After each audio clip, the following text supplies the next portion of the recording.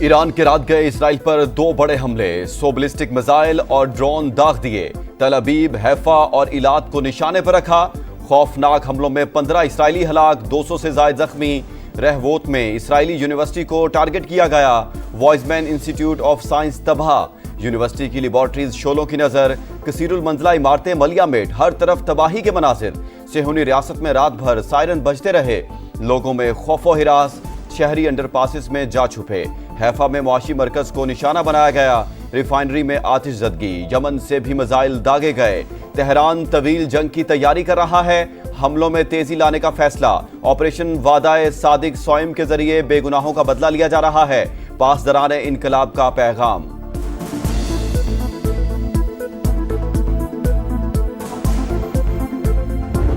اسرائیل کے ایران پر نئے حملے، تہران، تبریز اور بندر عباس سمیت کئی شہروں پر کروز میزائل داغ دیے۔ وزارت دفاع جوہری پروگرام، جوہری لیبارٹری سمیت گیس فیلڈ اور میزائل فیکٹری کو نشانہ بنانے کا دعویٰ۔ رات بھر تہران دھماکوں سے گونجتا رہا، شہران آئل فیلڈ شعلوں کی نظر۔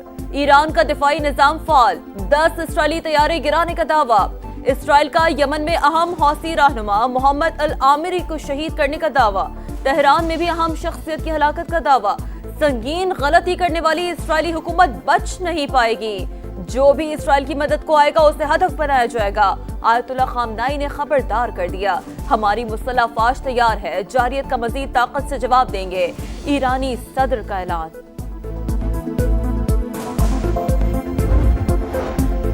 امریکہ نے دفاعی نظام مشرق وسطی منتقل کر دیا۔ امریکی وزیر دفاع نے تصدیق کر دی، کہا اپنے لوگوں کی حفاظت کے لیے ہر اقدام اٹھائیں گے۔ نیتن یاہو کی جنگ میں شامل ہونے کی درخواست مسترد۔ اسرائیل نے ٹرمپ انتظامیہ سے جنگ میں براہ راست شامل ہونے کی درخواست کی تھی۔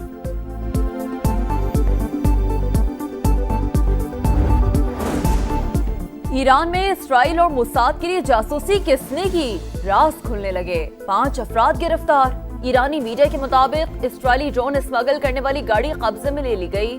اسرائیل ایرانی حملوں سے ہونے والے نقصانات چھپانے لگا، امریکی ٹی وی کے رپورٹر کو ملٹری کمپاؤنڈ کی رپورٹنگ سے روک دیا۔ اعتماد ہے کہ ایران دانشمندانہ اقدام کرے گا۔ سعودی ولی عہد محمد بن سلمان کا ایرانی صدر سے ٹیلی فونک رابطہ، کہا آج پوری اسلامی دنیا ایران کی سپورٹ میں متحد ہے۔ ایرانی صدر نے کہا عہدہ سنبھالنے کے بعد خطے میں امن، استحکام اور سلامتی کے لیے کوششیں کی۔ سعودی عرب اور ایران مل کر خطے کو پرامن بنائیں گے۔ اسرائیل کی مہم جوئی علاقائی امن و استحکام کے لیے سنگین خطرہ، پاکستان مشکل گھڑی میں ایران کے ساتھ کھڑا ہے۔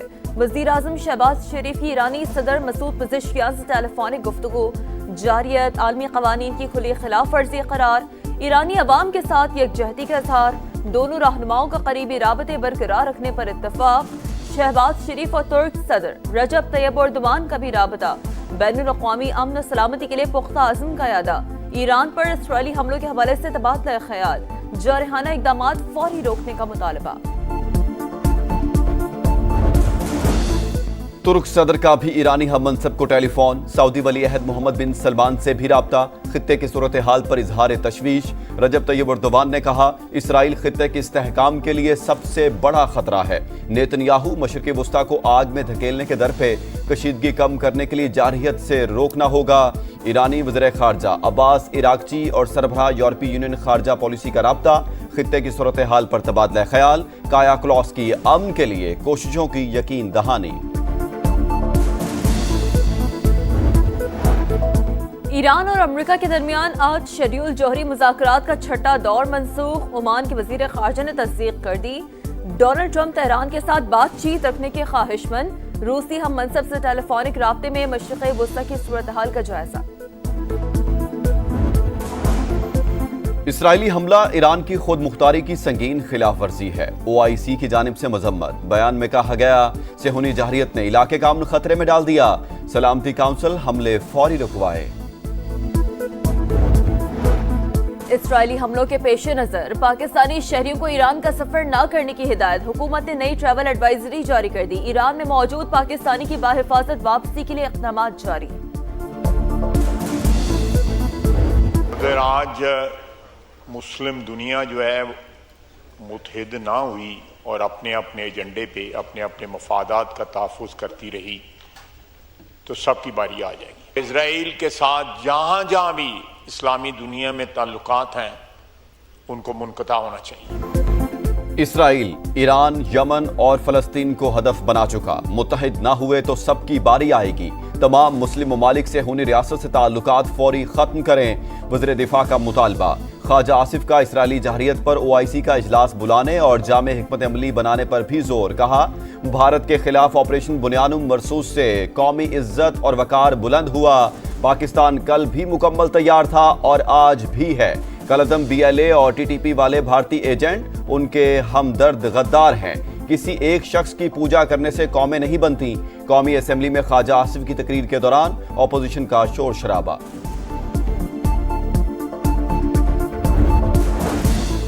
جنگ کسی مسئلے کا حل نہیں، تنازعات مذاکرات اور سفارتکاری سے ہی ختم ہو سکتے ہیں۔ عالمی برادری ایران اسرائیل جنگ بندی کے لیے کردار ادا کرے۔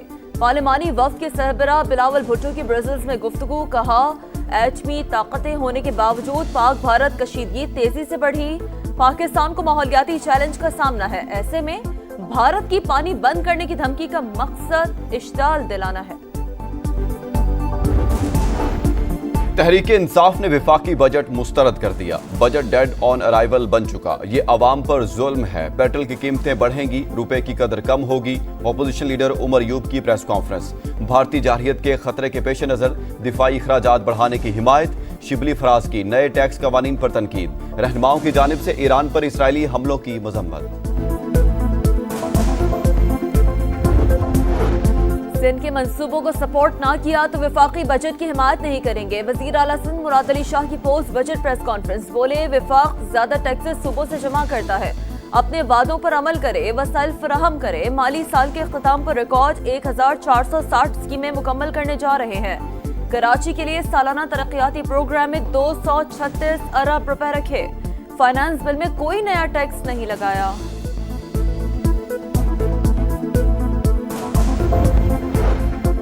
حیدرآباد سکھر موٹر ویز کا منصوبہ اگلے 2 سال میں مکمل کرنا چاہتے ہیں۔ کوشش ہوگی $2 بلین سے زائد کا منصوبہ وفاق اپنے وسائل سے بنائے۔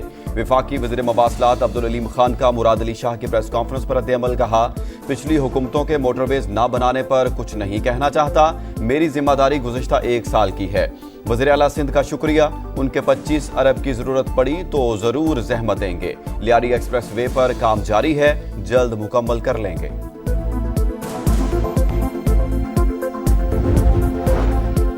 FBR کو کاروباری افراد کی گرفتاری کے اختیار، سینٹ کی قائمہ کمیٹی خزانہ نے شدید مخالفت کر دی۔ وزیر خزانہ نے معاملے پر غور کی یقین دہانی کرا دی، گرفتاری سے متعلق شق کو فوری طور پر واپس لیا جائے۔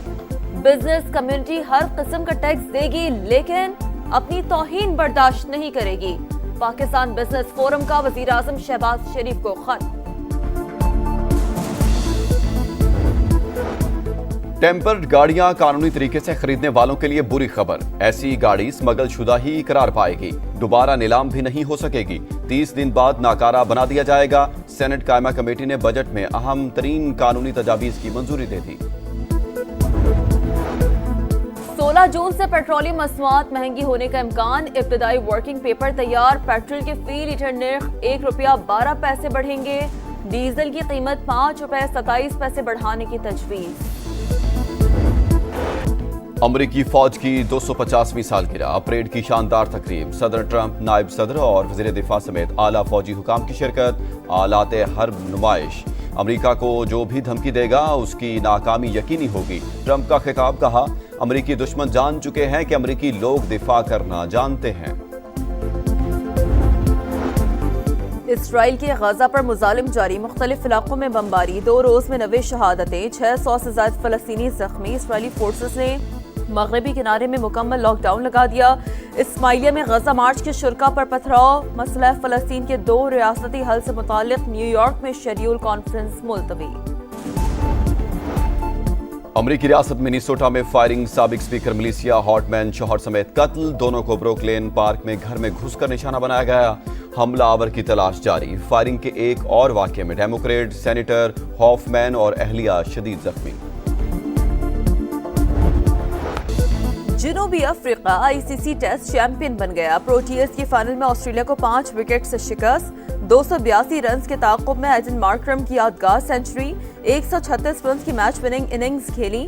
لندن کے تاریخی لارڈز کرکٹ گراؤنڈ پر چیمپئنز کا جشن. اور مجھ کو چھاؤں میں رکھا اور خود جلتا رہا. میں دیکھا ایک فرشتہ باپ کی پرچھائی میں.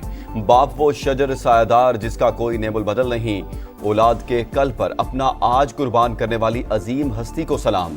دنیا بھر میں فادرز ڈے آج منایا جا رہا ہے.